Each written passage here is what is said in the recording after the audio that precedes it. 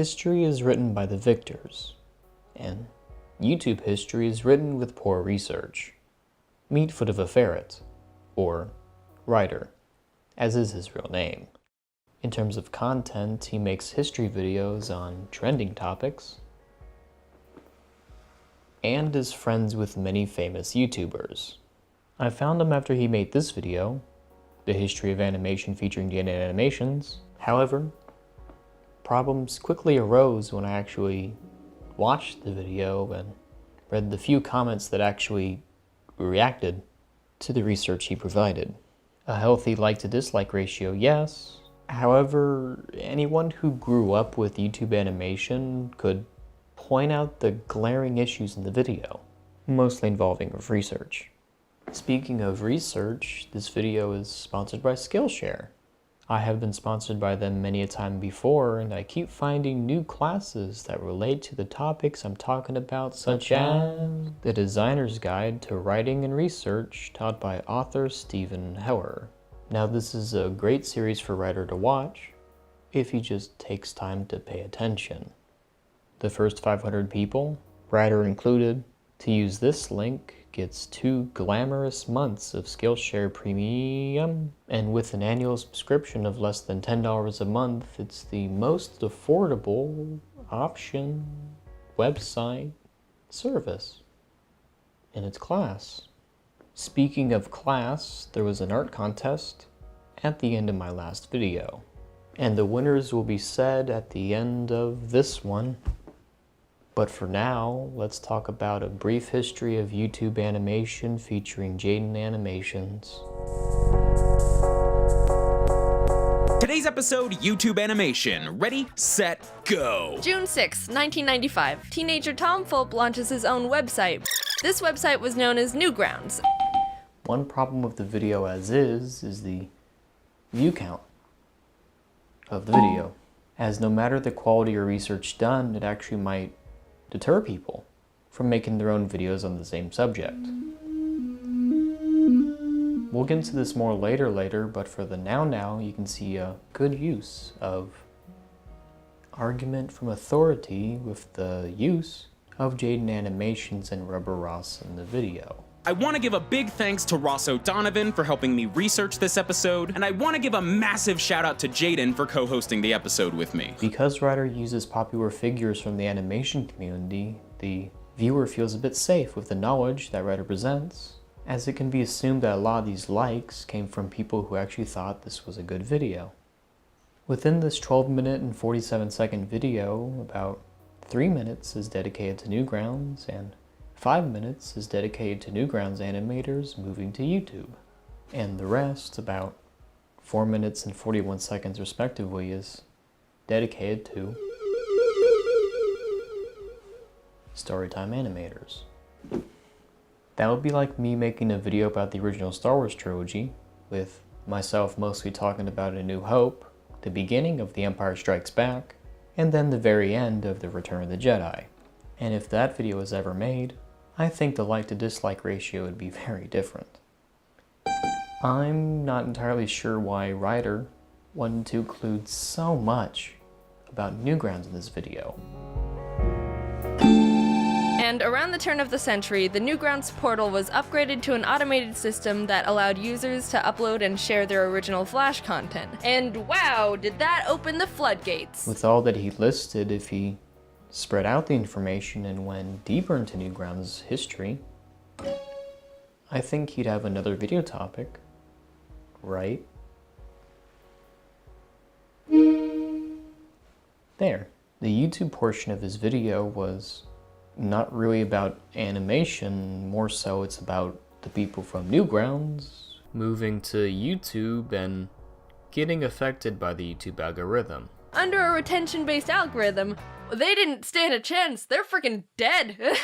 Bye. Animation channels were struggling big time, with many of the classic Newgrounds animators having to completely rethink what they were doing on YouTube. However, if a viewer with no knowledge of YouTube animation just watched Ryder's video and assumed that it's all true, then they would just assume that only Newgrounds animators were affected and that the floodgates happened all at once.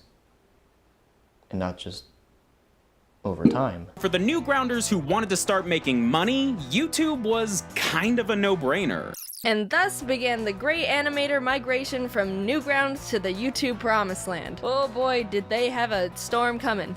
With how much you went into storytime animation as a genre, you'd think that between the Newgrounds animators heading over and the storytime animators appearing, in the middle there was no new animators. Domix and Swoozy told their stories through animation. Granted, it was a much simpler form of animation than what the Newgrounders were known for, but much like Ross said, it retained the same comedic vision. Lastly, the way he describes the coming of the storytime animation makes it feel like if it wasn't for these individuals, that the animation community would be dead, or dying, or non-existent without them. Animators are some of the biggest names on all of YouTube. Not just surviving, but again, thriving. Defying the YouTube algorithm and completely taking over the site. With his misrepresentation of the animated YouTube platform, as well as the time he gives to not YouTube animation, I wonder what other things he missed in his video.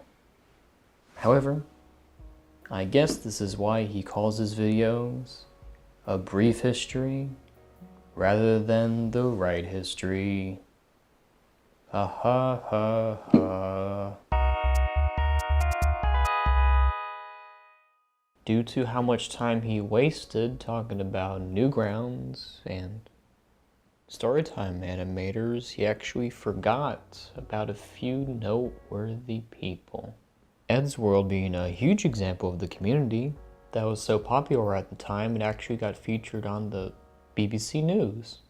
But instead of actually mentioning Eddsworld, he showed a clip of Tom Scott's ASDF movie. It really was a golden age for online animation, but we all know what's coming next. I guess this is the legacy that Eddsworld deserved, huh? Back in 2012, Psychic Peoples and Noni and G created a series called Hellbenders, which garnered enough attention for them to make a pitch pilot, and even them trying to pitch the show to various TV networks. In terms of impact of online animation, breaching the barrier of the internet and cable TV would have been great to cover, but too bad Ryder didn't. And even such early examples of YouTube animation, such as the Laser Collection, wasn't even mentioned or shown in the video, nor was the Ultimate Showdown. However, the latter was featured on Albino Black Sheep's website first, but considering how much time we spent talking about Newgrounds, he could just sprinkled it in.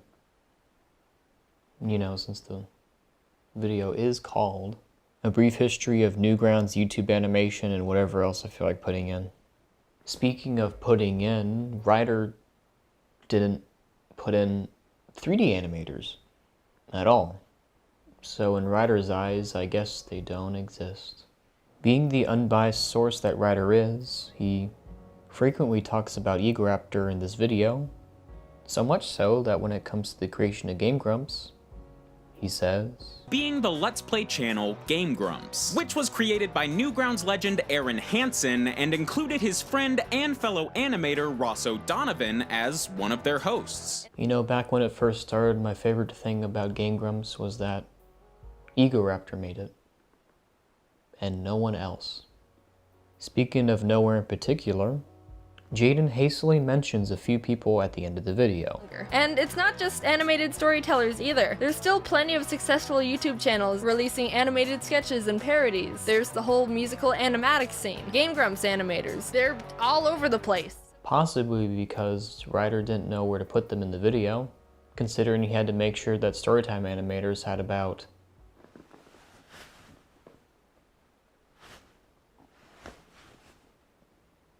a lot of screen time.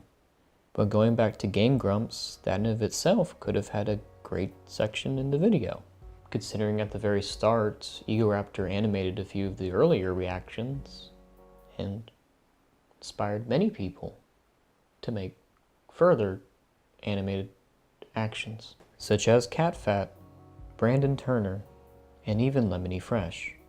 Perhaps when Ryder makes A Brief History of Game Grumps, he'll mention the impact on the animation community. Then again, he would have to mention JonTron, and that might be a point of contention. The recent trend of reanimates would have also been a good topic to add in his video, considering that it takes the whole community to work together to produce a wonderfully made single piece of content. A recent one, the Kirby Reanimated, just reached 1 million views, and even the past ones such as the Super Mario World and Steamed Hams has also garnered a lot of attention. Of course, he would have to cover the reanimateds made before his video, and there are quite a few. Animation memes would have also been something that Ryder should have mentioned in his video. But since he didn't, I had to change microphones to tell you we'll have to look somewhere else for that info. YouTuber Shellcat gave a great history of animation memes as a whole, as far as I know. But we're not going to continue talking about that now. We're going to wait to talk about that. As right now, we're going to focus on Ryder's research methods. At the very least, with all the information he had in his videos, you'd think he'd at least list his sources. Apparently not, because that's too hard. Checking his most recent videos, he doesn't list where he gets the information from, but focusing back on this video, you can see he got help from Rubber Ross, which is why it was mentioned and shown a bit throughout his video. However, just having a singular person for your source of information can only get you some of the story. That would be like me making a biopic on George W. Bush and only listing former Secretary of State Condoleezza Rice because I'm friends with her and I trust that everything she says about Bush would be true. Now, I'd be quite the fool in case anyone asked for sources or a secondary contact because, like Ryder, I don't have them. Keeping in mind, like Ross, she might have some bias within their community. Also, he didn't even list Ross's video talking about animation on YouTube. He just said, massive shout out to Ross O'Donovan for research help. So if you wanted to see that full video, you have to go find it yourself, I guess. Without multiple sources and accounts, you can come across as being a bit biased with your results. With a bit of research, you can find that Rice Pirate actually made a video talking about animation on YouTube as well. And looky there, in the comments below, Ross says he's making a video on the same topic. Considering that this video was made before Ross's, you'd think he'd have mentioned that in his video. But then, maybe Ryder had missed it, maybe he doesn't like Rice Pirate, whichever you think's more likely. The fact that Ryder is friends with James, Jaden and all these other animators means that he has that motive to be a bit more biased to gain their favour, such as when he mentioned Ego Raptor as the only creator of Game Grumps, assumedly to maybe get on his good side despite that being rather inaccurate in research. Looking towards his Twitter, you can see he often tweets at people more famous than him to perhaps either get on their good side or show the community how in touch he is with everyone. This is all fine and dandy, getting YouTube connections is a must, and many people have tweeted towards large creators. However, it should be noted that if your friendship starts to hinder your video's quality, then you need to rework your script, such as giving these storytime animators so much screen time just because you're friends with them. I mean, if the video was called A Brief History of Storytime Animators, then it would be fine, but that's not the case here. Going back to the history of animation memes, if you look at Shellcat's description, every video used has a link. Ryder should really take this feedback forward, as he wouldn't want to have a channel based all around the history of things and never show the sources.